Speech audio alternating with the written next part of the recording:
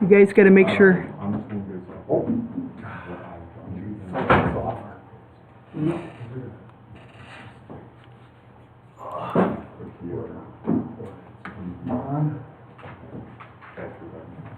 Now the microphones are broadcasting, so. They are? They are. Okay. Just got to get this Zoom meeting going.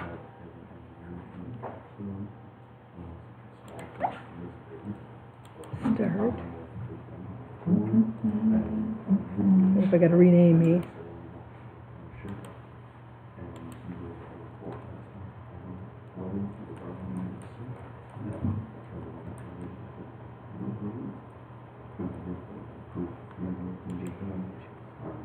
Oh, Mike's on. He's got his microphone off. Mike, can you hear me? Yes, I am here. Okay, yay! Sean, I wonder if that map's up to date. Isn't technology fun, Michael? And part of that furniture became part of that house. It's a weird, it's a separate tax. Are you watching on YouTube, Mike? It's not a rental, it's a separate parcel. Yes, I don't know. I will open that up next. 'Cause I thought Okay. they bought that I house. just wanted to see if it was broad. I hate to shut anything down. It's weird, I know. Social workers bought it. Everything's running. Yeah, so. Maybe it's not up to date. So Jeff, we got 3 minutes, and Gotta be quick. this is we're on YouTube. We're on Zoom. When we get close, I'll call Mr. Schultz. Mr. and Mrs. Schultz. Oh shoot! I can move over. That's all the comment. Did you sign that? Can you get it? Should I try to move it? I don't reset my home computer very often, so I reset it yesterday, it worked well, I think we've done. Oh, now we're missing somebody. And yes, I do see you on YouTube. Okay, good. So Alex is missing all Okay, the snow? we can't see. Yeah, Mike, you're missing all the snow. I got to get Mario in there. Oh, Yeah, wrong but way. we had to deal with 66 and cloudy today, so it's not all bad. I know. I came back from Florida. It was like 87. Just for I went on Friday, and I came back Tuesday. I had to cook. 2 places, right? Thank you, Mr. President. It's my vacation to no.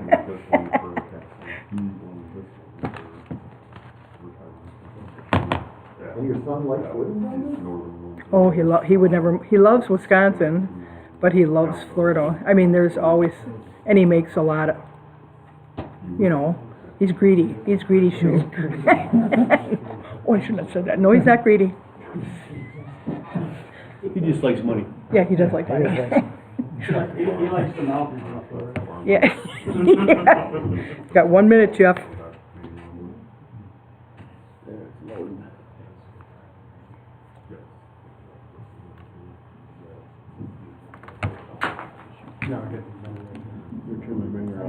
I'm turning mine off to cool. Planning commission. I remember when she was the first thing.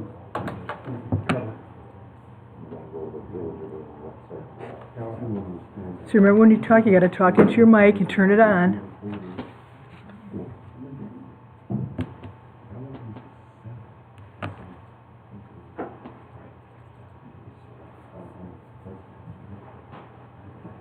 I've never seen so many dimensions.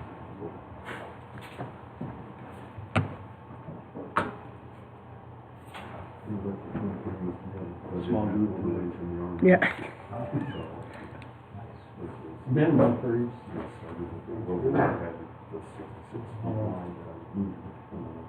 All right, you ready? Ready? Ready. All right, I'd like to call the Village Board and Plan Commission meeting in order. Everybody please rise for the Pledge of Allegiance and a moment of silence. I pledge allegiance To the flag of the United States of America, and to the republic for which it stands, one nation, under God, indivisible, with liberty and justice for all. Thank you. Roll call and open meeting Law compliance check. For the village board, President Jeff Millies, Here. Trustee Jay Pecca, Here. Trustee Gary Finch, Here. Trustee Dylan Newman. Here. Mr. President, note for record, you do have a quorum of your village board for the Plan Commission. We have President Jeff Millies, Here. Commissioner Trustee Dylan Newman, Here. and Commissioner Mario Rinaldi. Here. Commissioner Mike Alex is here via Zoom. Mike, can you Yep, say you're here. here? You do have a quorum of your Plan Commission, and note for the record, you're in full compliance with the open meetings law, Mr. President. Okay, moving on to item 4, discussion and possible action on the request from applicant Dan Majewski for the properties identified by tax key number VNT 2124990 and VNT 21249960002, VNT 2154998 for conceptual development review.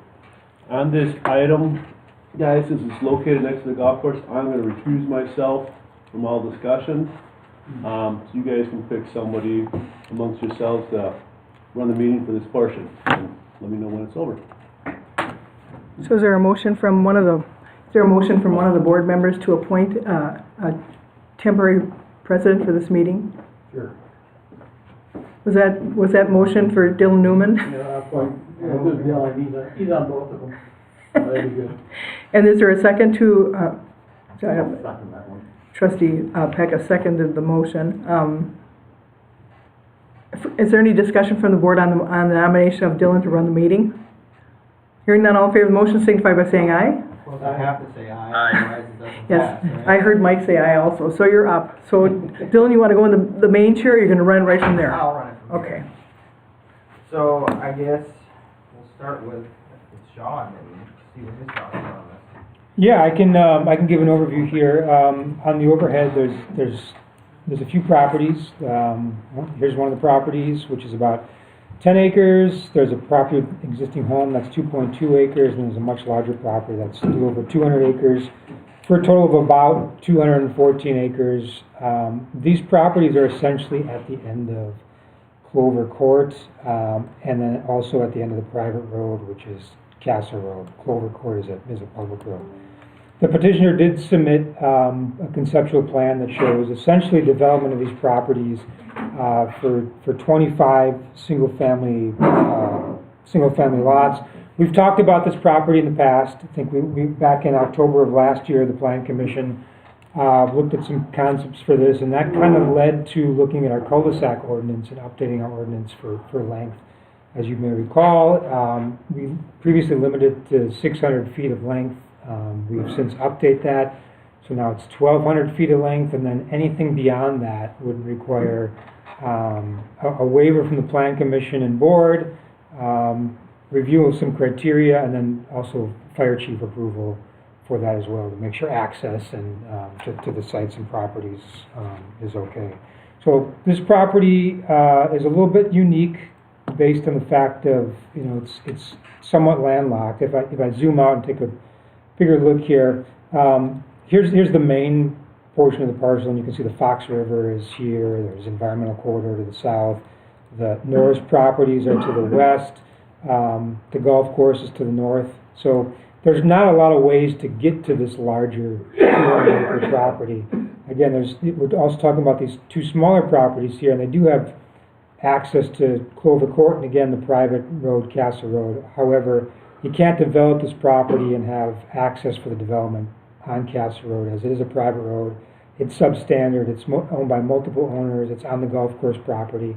It can't be developed as a public road unless all the owners would agree to dedicate right of way and improve it to public road standards, which I don't think is in the cards. So access for now has to come from Clover Court, and eventually, if and when the Norris property to the west would ever develop, there might be another access point that would come into the property as well to provide another means of access. So the way things stand now is that from Clover Court, you have to go back all the way through the subdivision, and then to get back to Forest Home Avenue. That right now is a distance of about 1,400 feet to the end of Clover Court. The petitioner is proposing, in order to develop all this property, to extend Clover Court essentially down through. I can show his development application as well. Here's the property. And it's on a series of sheets. This kind of shows the public road that would come off of Clover Court, continue down through the larger property, and then finally end near the south of the very large property. So it's going to be essentially a series of a mixed use, not mixed use, but mixed sizes of lots in order to get back all the way down to the bottom. Again, it's basically 25 lots that range in size. So what he's proposing essentially is an extension to the cul-de-sac that would be, I'm sorry, Clover Court is existing is 2,500 feet in length as it stands now.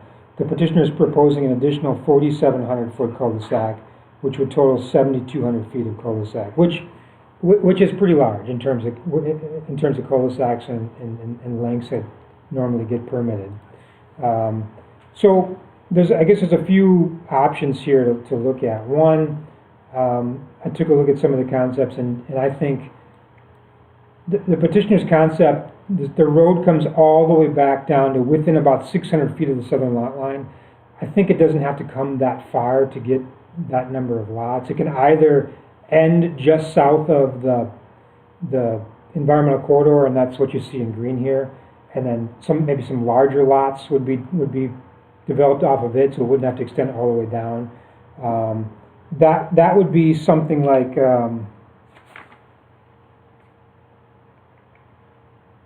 that would be a distance. We could reduce it by about 1,100 feet, so instead of 7,200 it would be 6,100 feet, or instead of bringing it south of the environmental corridor, it might end somewhere up here, north of the environmental corridor, which would be only a total cul-de-sac length all the way from Forest Home of about 3,700 feet.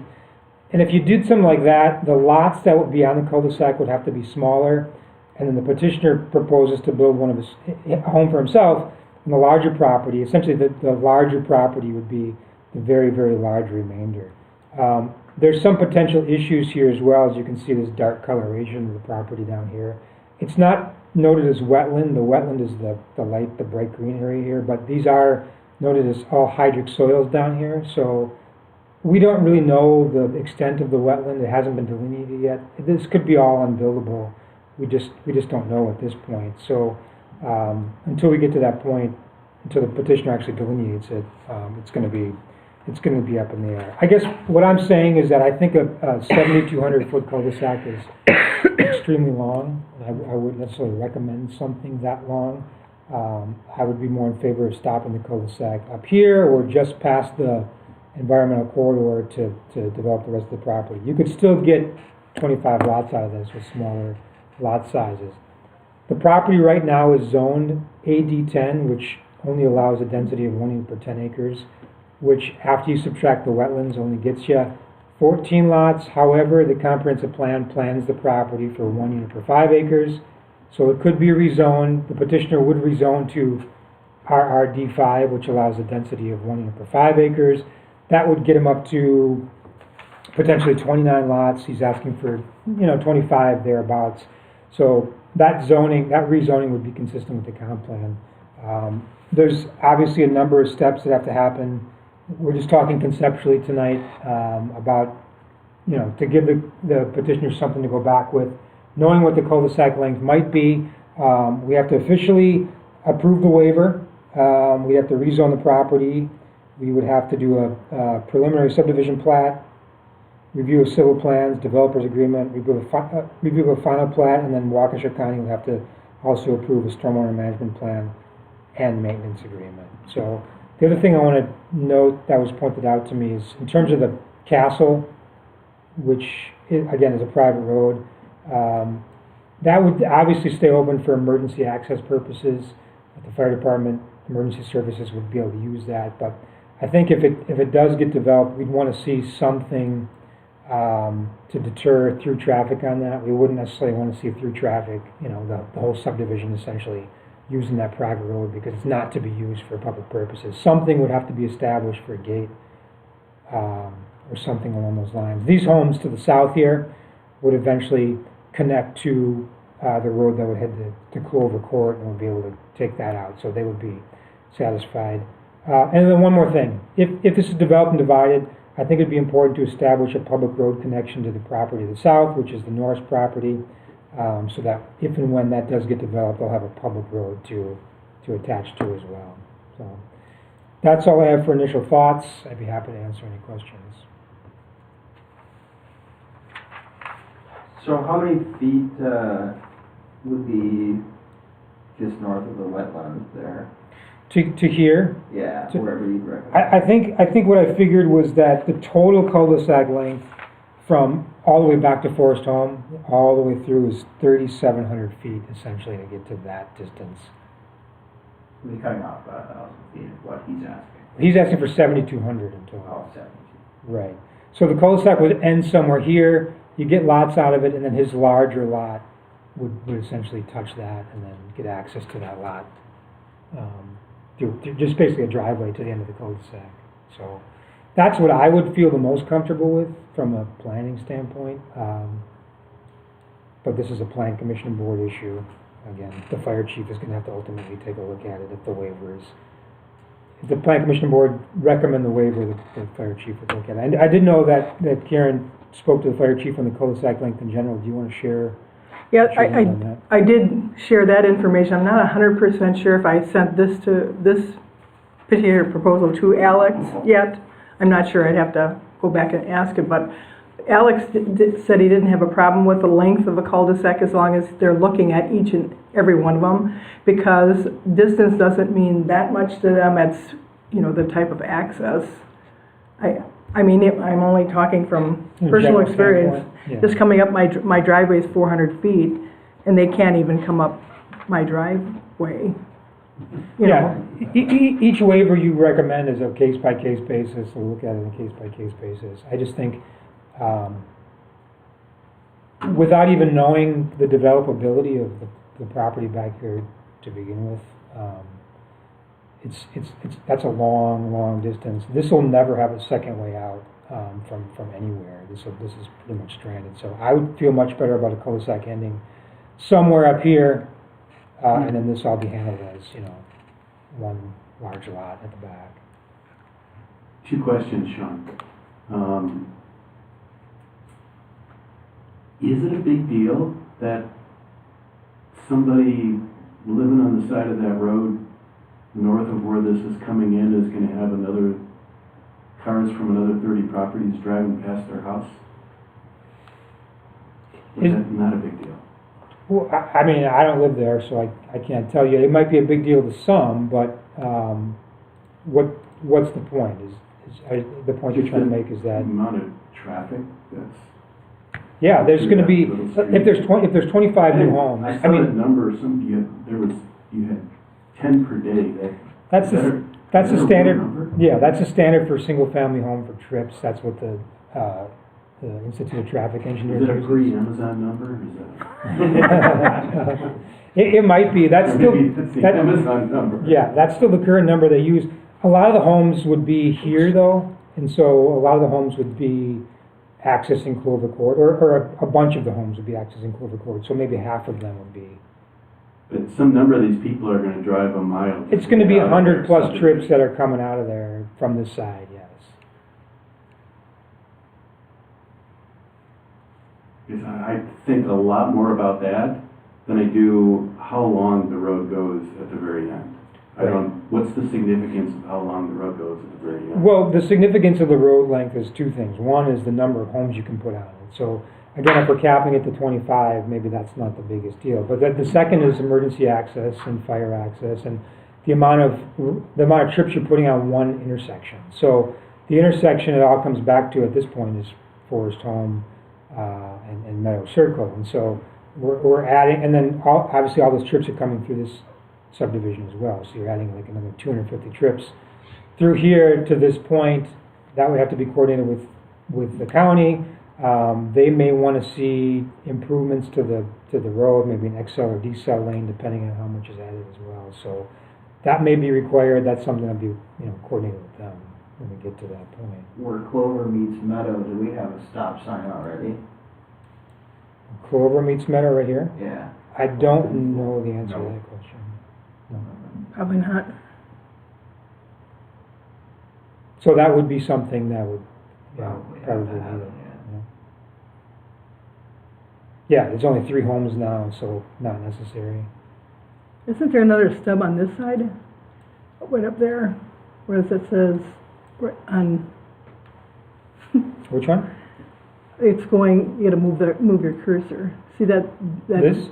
No, up, what's the Here. name of it? Yeah. Yeah, that obviously would, you know, that's. I mean, just so those people know they can get This is traffic gonna, coming this from is, all over. yeah, the point of those is that those were temporary cul-de-sacs at the time. The idea was that this is gonna be developed at some point potentially, and they're gonna be connecting to a larger neighborhood this way as well, so. That's not a surprise. This is a temporary cul-de-sac too on Clover. I mean, that was always meant to be extended as well. It's not like it, you know, it's coming out of the blue. Just- Personally, I don't think the length is as big of a deal as much as the traffic, like he said, and what Alex thinks about accessibility back there. I like the idea of being able to cap off the amount of properties that can go back there, but I suppose we can do that sort of by rezoning, by limiting what we rezone it to. Right, exactly. They're using that total acreage to try to get the number of homes. They're using the total acreage minus the wet areas and the floodplain. There's some floodplain back here too, so we never use those in the calculations, but yeah, the total acreage would be. So, but when they delineate that bottom area, there's a chance that more of that becomes wetland? It could be, and it could reduce the number of homes and maybe it gets 23 or something instead of. Would they do that before we rezone or after? Well, the rezone to RRD5 makes sense no matter what, because that matches what the comp plan says. Yeah. The calculation of what the possible density would be, you just take the total acreage minus what's wet, not usable, and that's what you get regardless. So I don't think it matters. You could rezone beforehand, before that's all delineated. It's similar to the Dahl property off of Center Drive. There's big outlots on that property. Yeah. So, you know, this is obviously at the early stages.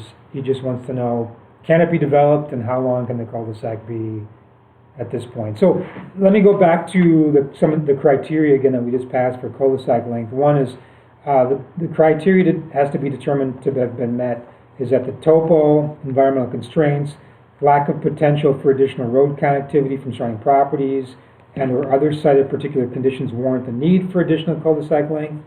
The extended cul-de-sac length will not cause undue traffic impact to any road intersection due to the scale of development, and then again, the chief approval. So the Plan Commission Board could find on those first two, and then essentially have the chief's approval. Or if we come back, you know, let's say we give the temporary nod right now and say, well, we're willing to grant the cul-de-sac length to a certain point. You don't officially approve the waiver until we maybe hear back from the chief on this specific ask. So that could be next meeting, potentially. So, Yeah, I like the thought of getting Alex's thoughts before we do anything. I mean, I wonder if you would be willing, though, to provide direction on what you think. I mean, let's say the fire chief was going to approve any of these. What would you feel comfortable with? Do you even care if it goes all the way back here if it's approved by the chief? As long as we're limiting the number of lots anyways. As long as it's not so wet that we're gonna have a problem with the road in the Right. future, and then we have to fix it. Right. Yeah, we obviously, if it's actually wetland back there, it's not going to get developed. Okay. Do we have to worry about setting a precedent in any way by approving this one? Yeah. I mean, if you're willing to approve these lengths to get back to far, hard to reach places, I would think that, yeah, that definitely sets a precedent.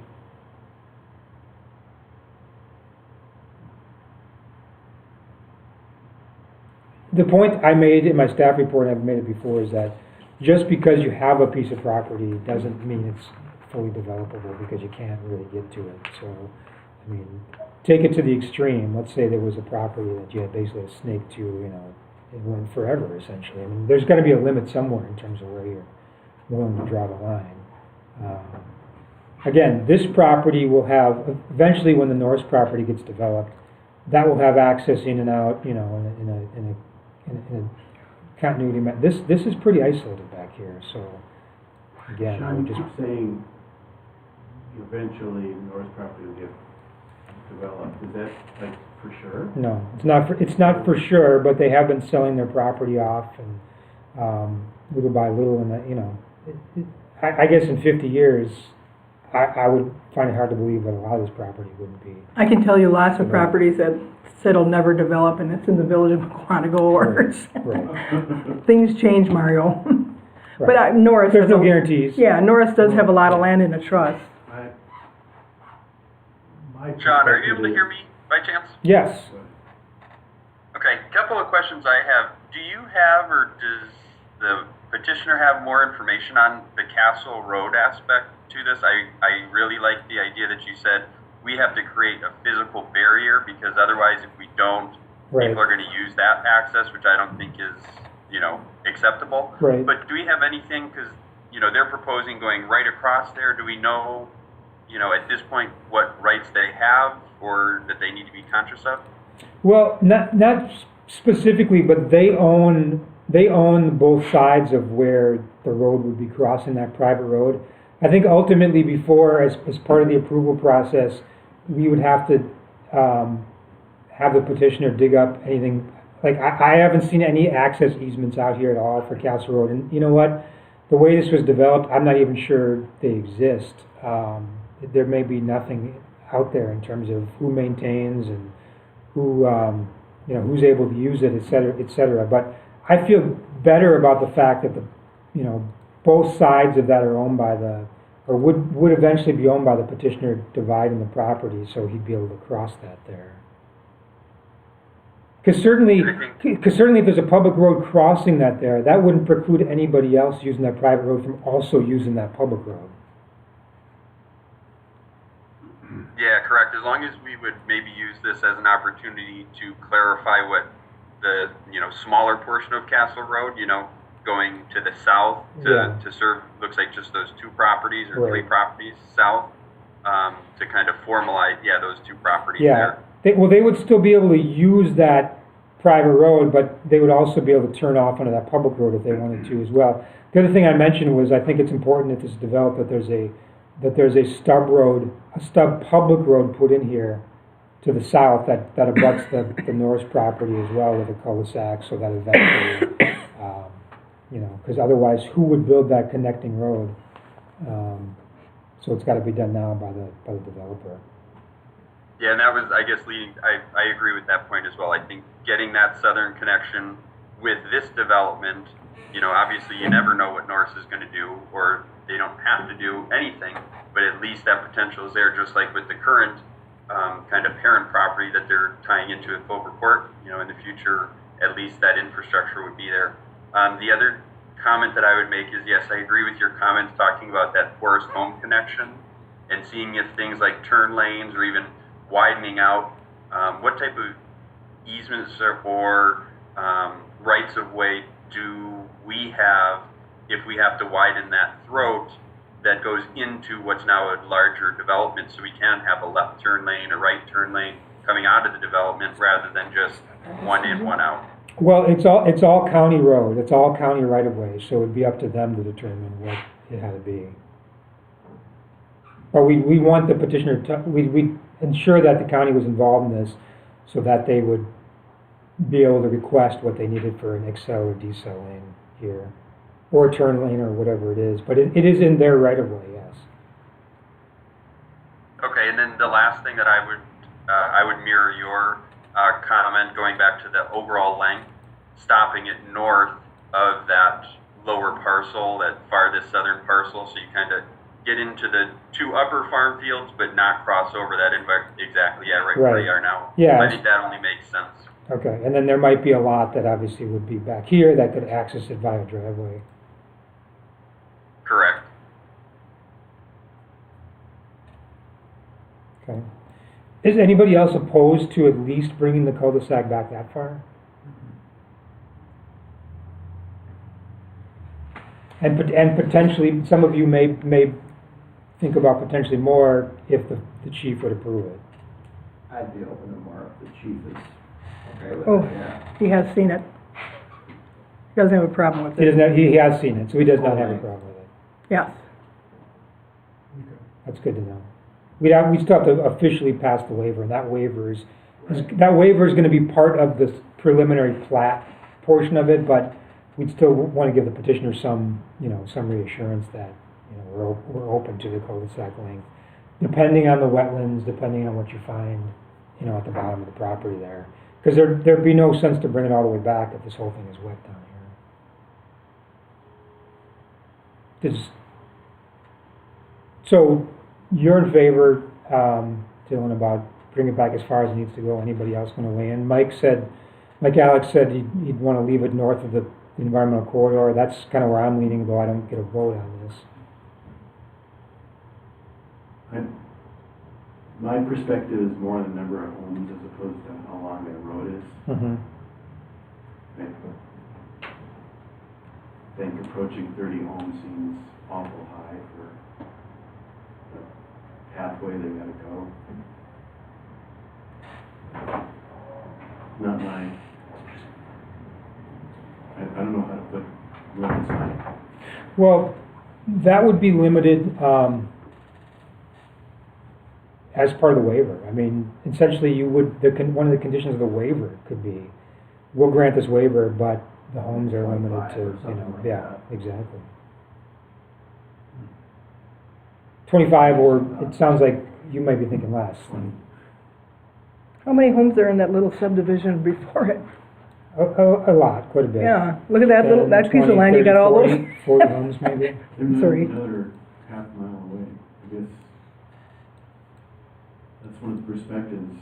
And it's valuable for me to know, as you explained earlier, Karen, that, they have this stub road, or it should have been obvious that this is a pathway to more houses someday. So, That's true. That's certainly true. And multiple areas. Right. From all kinds of areas. It was kind of planned to be built on it. Yeah, at least some of it. I mean, But they don't have to make a formal motion, Sean? no. I mean, this is just feedback for the petitioner. Anybody else want to weigh in on the length or number of homes or?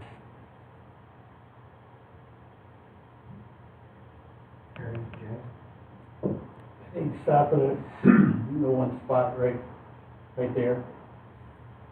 I'm trying to get about 25 lots in there. Do you think smaller lots? Instead of, yeah, I mean, What are the size of the lots up above? R1. Yeah, they're all 1 acres or so, or, thereabouts. And some of the driveways in there are horrible. In our RD5, it's 1 unit per 5 acres, but lots can be as small as an acre. As big as you want, as small as an acre. So they would be, these would be smaller. These might be a little comparable bigger. size to the other ones that are- Yeah, particularly the ones right next to it would be about the same size, and they'd probably get a little bigger over here, potentially, and then maybe 1 or 2 big lots that touched it here. And I think, Sean, that follows some of the principles that we have in our code language, talking about cluster development, and that's kind of what we prefer to have, things on a tighter type of offset as opposed to, the larger sprawling, especially if it goes into our D5 type of category, correct? Yes, exactly.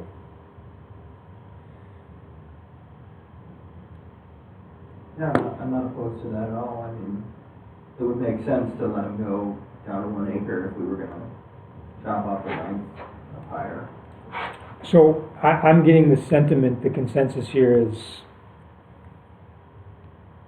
No issue with the zoning. zoning's not an issue. The cul-de-sac length, there's a couple that want it less. There's some that say more.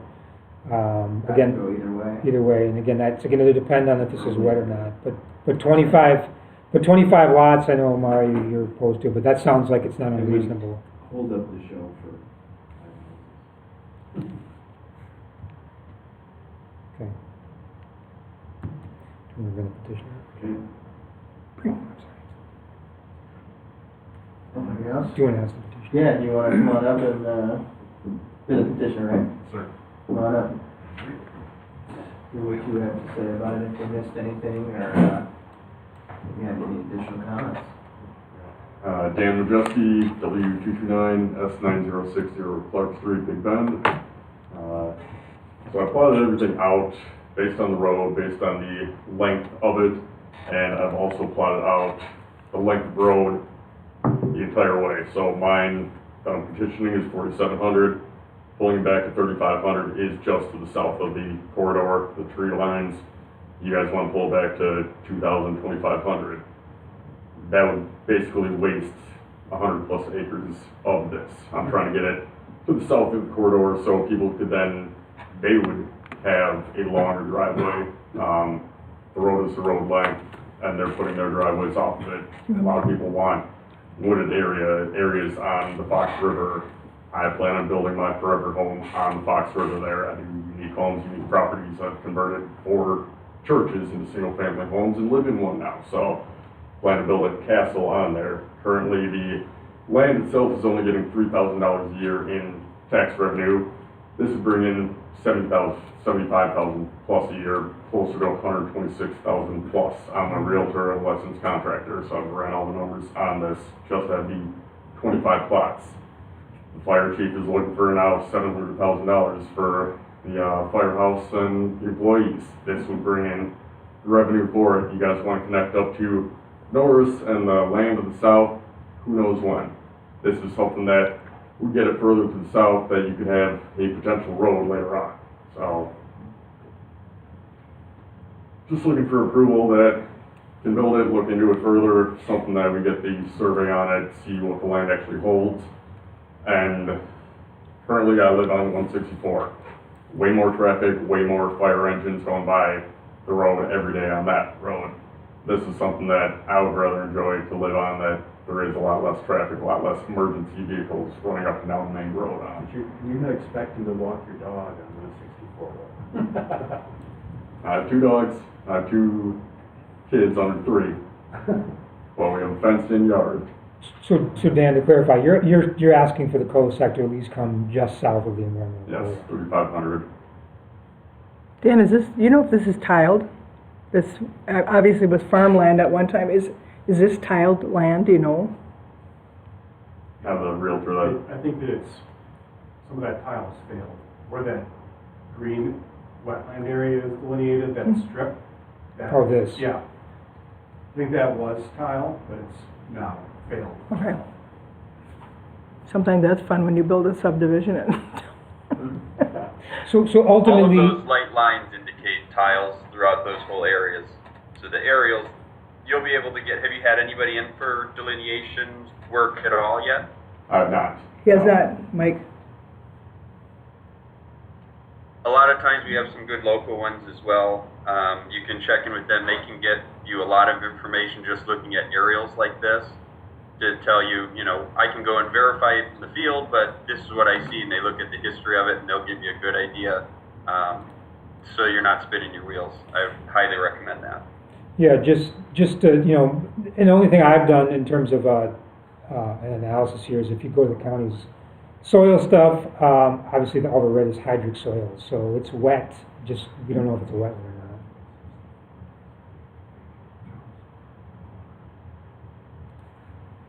not. So what he's asking for is essentially to allow the cul-de-sac to come just past the environmental corridor. Whether or not that actually happens would be based on the delineation of the property and so on and so forth. So it may not be that far, but that's what he's asking for, to go back now and to obviously, you know, to move forward. So any thoughts on that? So, originally asking for 4,700, now asking for 3,700 at least, I guess? 3,500 from the end of, approximately 3,500 from the end of Clover. Assuming it's not Center of super Clover far. Court, the bulb. Yeah. I think that's a fair compromise, as long as it's not so wet that we're gonna have problems with the road. Right. It'll be less. He'll have to pull it back to something else if it's wet down there. Does that give you, you talked about something about people's driveways, does that give you larger lots or just more lots? Larger lots. I did a lot of the smaller lots, basically 1 to 6 acres on the northern part and northwest part of the land and along the golf course, but everything to the east side towards the river, as well as south of kind of the glove, baseball mitt glove there, is all 4.5 to 28 acres. So on the right side are 15 to 28 acres, just 5 plots. And then on the left side of where the road would be going down through the property is anywhere from 4.5 to 13 acres. So, I'd like to see more larger lots mixed in. I think if that gives you more larger lots, and it's not just a big crammed development of small lots. I have 12 lots that are 1.03 to 2.3 acres, and then the additional 12 lots are the 4.17 to 28.06 acres. It's a nice mix. Yeah. Can I make a point, or? I don't know. You don't want it lightning. I wanted to say too that the people that You are. wanna just list your name and, Sure. address? Yeah, my name's Andrew Ewell, and I'm with Remax. I'm the listing agent of the property. That, the people that are in the current subdivision, you know, they'll have a nice place to walk their dogs also. It'll be a beautiful development. They'll get to, it's great views too. They'll get to walk through there and use the property to a point also. Maybe that would add some value even to the general area. Not the private property. They can walk on the public Along the road. roads Right. and- Come in your yard. Hey. Yeah. You make friends. Other than rush hour. Right. Yeah. Anything like my house, there'll be Amazon trucks in and out. Right. No, I don't have any problem with, what was it, 3,500 is kind of a compromise, number. As long How do you guys as, as long feel? as, long as the land's fine. Are you good? Yeah. Jay, any thoughts? Mike, can you live with that? Is he there? Michael? Sorry, that was all off mic. I'm not sure. I didn't really hear what was up until Sean, your question, if I was okay with that. Leaving, or allowing the cul-de-sac to come just through the environmental corridor, if it's possible with the wetlands. Yeah, kind of like what Mario said, if it doesn't change the number of parcels, I'm not totally opposed to it. Just in looking at it, kind of seeing what the soils are, I would have to think that that might be a non-starter, but to allow them to do the due diligence to really know what can be developed, I'm not opposed to it. That's kind of how I feel. Okay. Is that it? Do you need other information? Oh, that's good. Do we need to make a decision right now? No, or there's no, hang on until Mm-mm. Alex, It's just an advisory. Well, so when this comes back again, next time, what you'll be bringing back in front of the Plan Commission is your preliminary plat and your request for the waiver for the cul-de-sac. So informal information's been given obviously on that, but that'll be the formal request for it. And then the rezoning at the same time. So the rezoning and then the waiver and the and plan. the waiver and the plat. If you want to do one, if you want to do the rezoning first, you can. But you could do them all together if you want to as well. And then is this gonna have to go in front of a public hearing for those? houses? So the rezoning does require a public hearing. That's the only portion that requires a public hearing.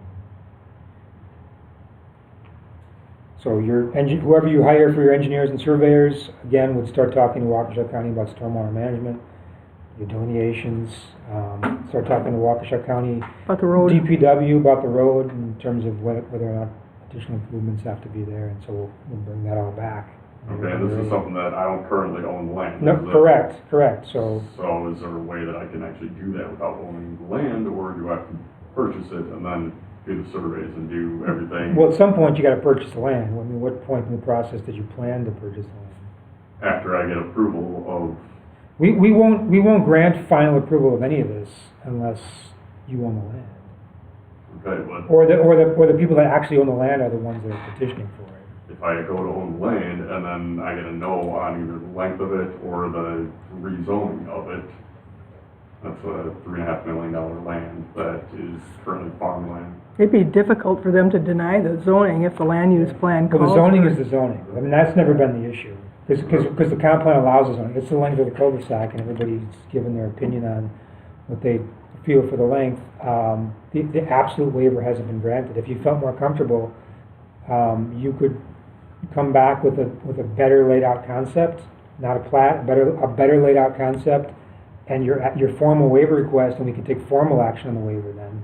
But we need something much more refined. We probably need the wetland delineation done as part of that. Again, you can't do that now. That's not going to be able to be done until, until the weather's, till spring. Right. Okay. All right, Thank you. Thank you. Right. Thank you. I'll call Jeff. I gotta call this. Jeff, Millie? Jeff, Millie?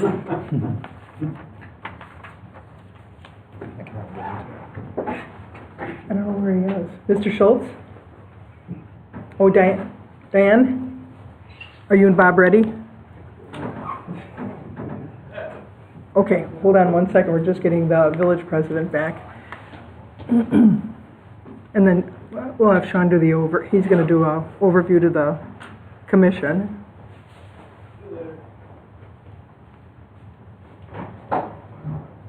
Sure. What?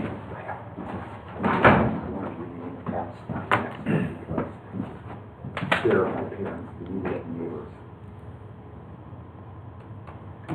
Are you going to leave the room then?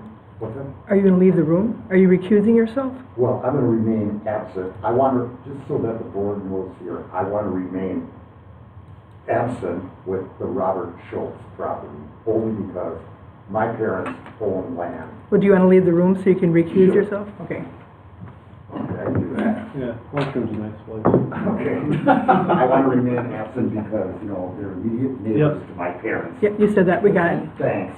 Thanks, guys. Thanks, everyone. Do we have Robert Schultz on the phone? He's waiting. I hope this is- Sean, you going to give an overview? Do we, Mr. Schultz? yeah, did you already? Yeah, he's on the phone. No, I didn't. Oh, I'm sorry. I was just waiting to see if you had him on the Yep, phone. but I think we're going to time out. Okay. Moving on, discussion and possible action on the request from applicant Robert Schultz for the property located at South 63 West 25195 Town Line Road for a special exemption for a legal non-conforming structure per section 300-16 sub B sub C of the Land Division and Development Control Ordinance for a garage reconstruction. Want to give an overview of that, Sean? I would. So here's the property. It's essentially at the bend of Town Line Road where it goes north, a little bit east of Oakdale Drive, the far north side of the town.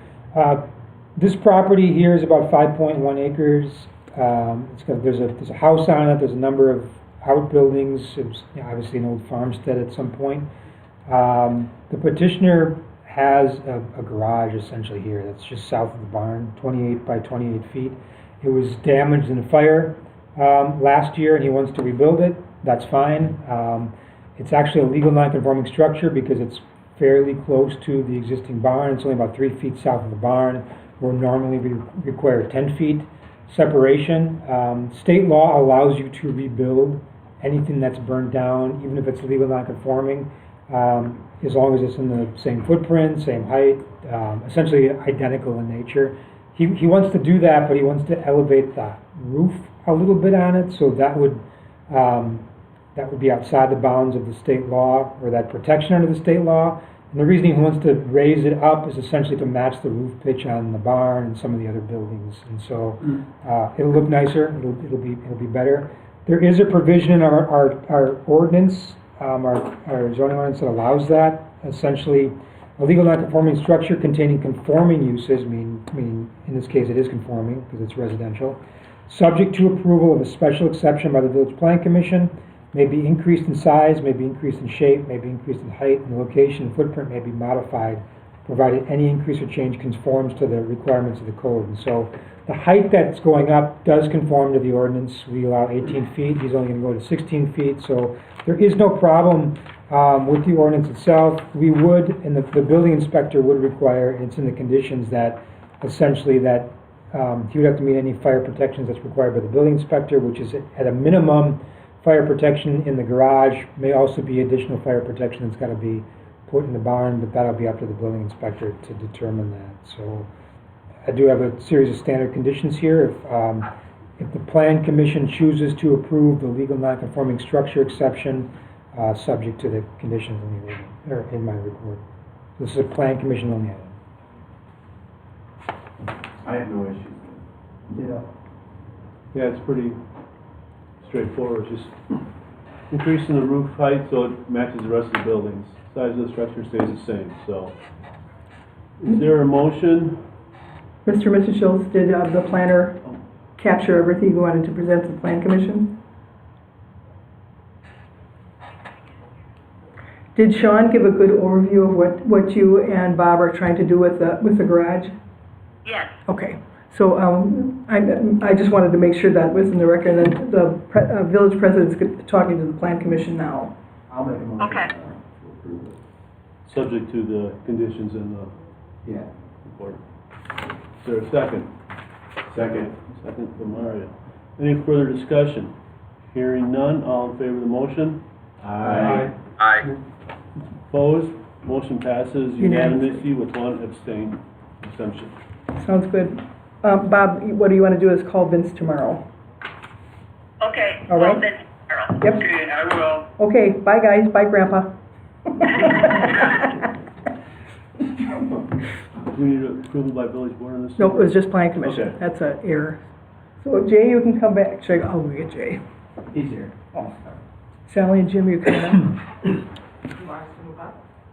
Do you want them up? Sure. Thank you very, very much, There's everyone. a chair, one for each. You and look at Jim, how happy he is. Alright, moving on to item 6, discussion and possible action on the request from applicant James and Sally Babinet for a final certified survey map to combine two existing lots for the properties identified by tax key number VNT 2070023 and VNT 2070024.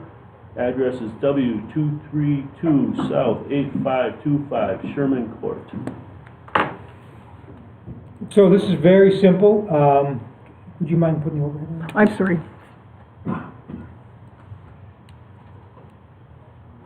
The petitioners own a couple different lots in the Edgewood Springs subdivision. They own lots 23, 24, 25, and then the outlot that's behind it. And 26. Oh, and 26. I didn't know about 26. Gotcha. What they'd like to do is essentially combine lots 23 and 24. There's an existing house that straddles the lot line now. That was approved under county zoning at some point in time. So a combination of those lots would essentially clean that up. It would be consistent with zoning. It would be solving a problem. Long term, or after this is done, what they'd like to do essentially is the outlot that's back here right now is under the same tax key as lot 25. They're still separate parcels. It's still lot 25 and a portion of the outlot that's back here under one tax key. Once these are combined, they would like to assign the same tax key to the outlot as this new combined lot. What the process for that is pretty simple. They go to the county, they fill out the form to have that done. The county comes back and asks staff essentially, hey, is this okay? And it's basically administratively approved. So there's nothing that would preclude that from happening once they combine these two lots. They asked to do it previously before this, but since these two lots were kind of a mess, we said, hey, come get these combined first, clean this up, and then you can combine these. So that's the state of things. Our surveyor took a look at it. We just have a couple of very minor comments. Do you have a copy of my staff report? Yeah. Okay, so just give that to your surveyor. Once those are cleaned up, I'll just take a quick peek at it. If this is approved, then it just can be signed and recorded, and then you're ready to go. So, any comments? No, it's pretty straightforward. And I agree. Plan commission first. Yes. is there a motion to approve the legal non-conforming lots into one, or combine the two lots into one. I'll make that motion subject to Sean's, I guess, inspection at a later date. Is there a second? Second. Any further discussion? All in favor of the motion? Aye. Opposed? Aye. Motion passes unanimously. Need approval from village board also? Yep. I'll make the motion. Is there a second? I'll second it. Second by trustee Peck. Any further discussion? Hearing none. All in favor of the motion? Aye. Opposed? Motion passes unanimously. See, Sally and Jim, after all that work, 1, 2, 3. Thank you. Thanks, guys. Shovel snow again. Yeah, if you need Sally, if you need anything, or Jim, call. Moving on to discussion of possible action on the possible addition of a bar/tavern and entertainment uses to the village zoning ordinance in one or more of the business districts. Potential action would be to direct village staff to draft language for further review and public hearing. Give a review on this one, Sean? Sure. Our current zoning ordinance doesn't have a bar and tavern use. It's, in terms of my staff report, I also mentioned that entertainment uses isn't listed in there either. But today, when I was looking at the ordinance, prepping for the meeting, I did note that we have something called theater/arcade/dance hall/video game parlor. I think that would cover entertainment use. Essentially, we have a petitioner who was looking to open up bar/restaurant/golf simulator operation with a focus really on the golf simulators, and then the bar and the restaurant go along with it. Essentially, restaurants is a permitted use that, based on my research today. So is the entertainment venue, but the bar tavern portion of it isn't a permitted use or a conditional use of the ordinance at this time. That's my favorite part. Yeah, you gotta have something to drink. So I guess what I'm asking is if the Plan Commission board would allow us to put that in the zoning ordinance. I did add some things to my staff report. I kind of gave an overview of our current business districts, and then also some of the other zoning amendments we've been talking about or have put in the back burner. I don't necessarily need to make these other changes. I just threw them out there in case you wanted to combine some other potential zoning ordinance amendments based on some of the things we've been talking about. In terms of our zoning districts, we have B1, the restricted business district, B2, local, B3, general, and then B4, community business district. We also have our mixed-use business park district and then our industrial district. We don't have any land in the village, as far as I know, that's currently zoned B1, B4, or BP. All of our commercial stuff is zoned B2 or B3, and then obviously some industrial. This wouldn't really apply to the industrial zoning district. We'd just be looking at the business.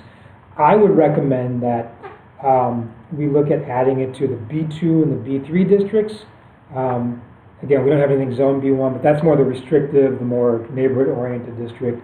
And I would say that as a tavern or a bar, I don't necessarily think it has to be a conditional use. I think it could be a permitted use in those districts, only because when we look at these for site plan review anyways, we're going to be able to look at extraneous factors. If someone wanted like an outdoor seating area or this or that, we don't have to approve anything.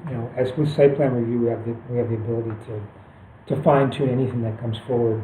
Hours of operation, we can look at as well. So I don't necessarily think it's that different than a restaurant itself. Now, the way restaurants define our ordinance, we do allow bar uses or serving alcohol as part of bars. Mm-hmm. It just has to be that the restaurant is the primary focus of what's determined as a restaurant. So we would already allow that as a permitted use, and this particular one would be a combination. I don't think the bar is necessarily the focus for this either, but we have to have something in the books to move it forward. So my recommendation simply would be to amend the matrix to allow bars/taverns as a permitted use in B2 and B3. Is there something we could do for the church, that Vernon Lutheran Church, that it's not a conditional use, that they could, if we're looking at, are we looking at the land use in that area too? Because Vernon Lutheran Church. So the land use is, the petitioner already has an application in to amend the comp plan for that property. It's current. again, we're not talking about the specific property tonight, but it's coming forward. The property he's looking to move into is a church on National Avenue, and so it's currently planned for educational, institutional. He have to change the plan to commercial so that he could rezone it to, you know, B2, for instance, if this gets added to the B2 district. So we can't take any action on that now. Right. Is that what you? Well, could the Plan Commission look at Vernon Lutheran Church? Because aren't they a CU, aren't they? I'm not following what you're asking. I'm sorry. Because the only reason I'm asking is that poor church had to want to build a little teeny garage, and because they were conditional use, they had them under conditional use, and it ended up costing them $4,000 in legal fees because they're a CU. They're not zoned. Are you asking about adding churches as a permitted use in educational institutional district? Or what are you saying? I don't think that, I'd have to look at what they're zoning. I thought you were looking at the little bit more than just that one, that the church that was there and is no longer there. All I'm asking for tonight is to add bars and taverns to the zoning Oh, okay. ordinance to allow us to Oh, okay. to entertain the idea of a Are bar. we looking for a recommendation from the plan commission? For staff to make some changes to bring it back for public hearing. Just at the plan commission level? And board. And board. And board. Well, I'll make the motion Direct to staff? direct staff to do that at the plan commission level. Is there a second? Second. Any further discussion? Hearing none, all in favor of the motion? Aye. Opposed? Motion passes unanimously. Village board concur? I'll make a motion. Is there a second? I'll second the motion. Any further discussion? Hearing none, all in favor of the motion? Aye. Opposed? Passes unanimously. Okay, so the next step would be draft it, come back for a public hearing, and again, the petitioner is looking, we'll be back next month for a comp plan amendment for this specific property, and that'll start things in motion, so. So Jeff, you can excuse Jeff? No, Sean? excuse Sean, I'll stay. Okay. Hi, Sean. He's got a long way to drive. I do, I will, thank you, Drive safe. I will. Thanks, Sean. Moving on to minutes February 14th is the first one. of last year. First saw the date, thought you were quick. Not that quick. Is there a motion to approve the minutes from February 4th of February 14th of 2024? That one I will have to remain absent on because. It's the Plan Commission first.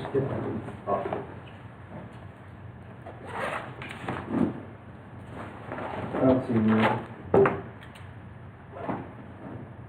Moving, Dylan?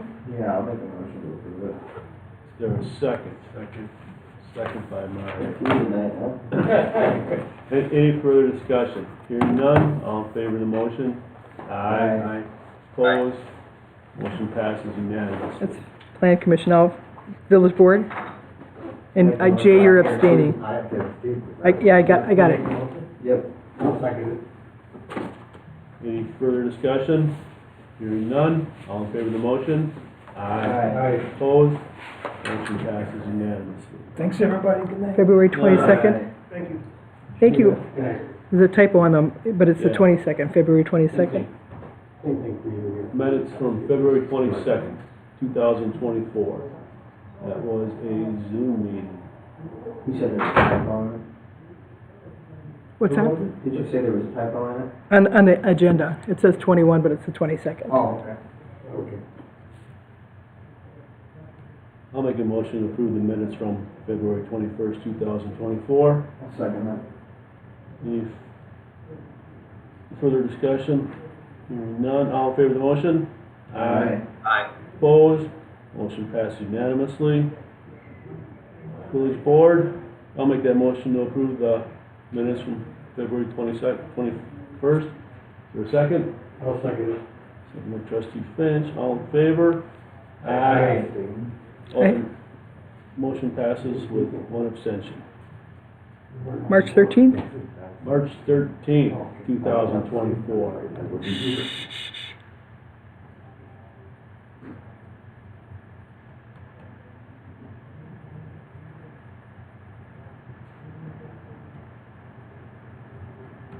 there a motion for the minutes from March 13th, 2024 from the Planning Commission? Yes. That's you, Mario? Do that, yep. I'll second it. Second by Dylan. Any further discussion? I'm in favor of the motion. I, Opposed? Motion passes unanimously. Village Board. I'll make the motion. Motion made by trustee Finch, I'll second it. second by trustee Newman. Any further discussion? All in favor of the motion? Aye. Opposed? Motion passes unanimously. January 8th, 2025. 2025. We're catching up on the old ones that weren't Okay. submitted. It'll be January So is there a motion to approve the minutes from January 8th, 2025 from the Planning Commission? I'll make that motion. Motion made by trustee Newman, second by Mario. Any discussion? Hearing none, all in favor of the motion? I, Opposed? Motion passes unanimously. Village Board, I'll make the motion. I'll second it. Any discussion? Hearing none, all in favor of the motion? Aye. Opposed? Motion passes and you, You were 2025. Yeah, Oh, you are. he voted. Yeah, he is. but I heard you were abstaining again.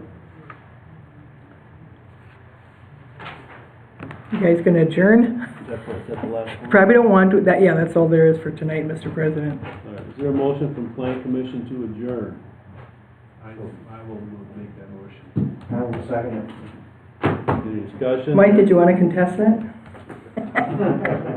I think I'm good. Okay. All in favor of the motion? Aye. I. Opposed? Motion. Mike for doing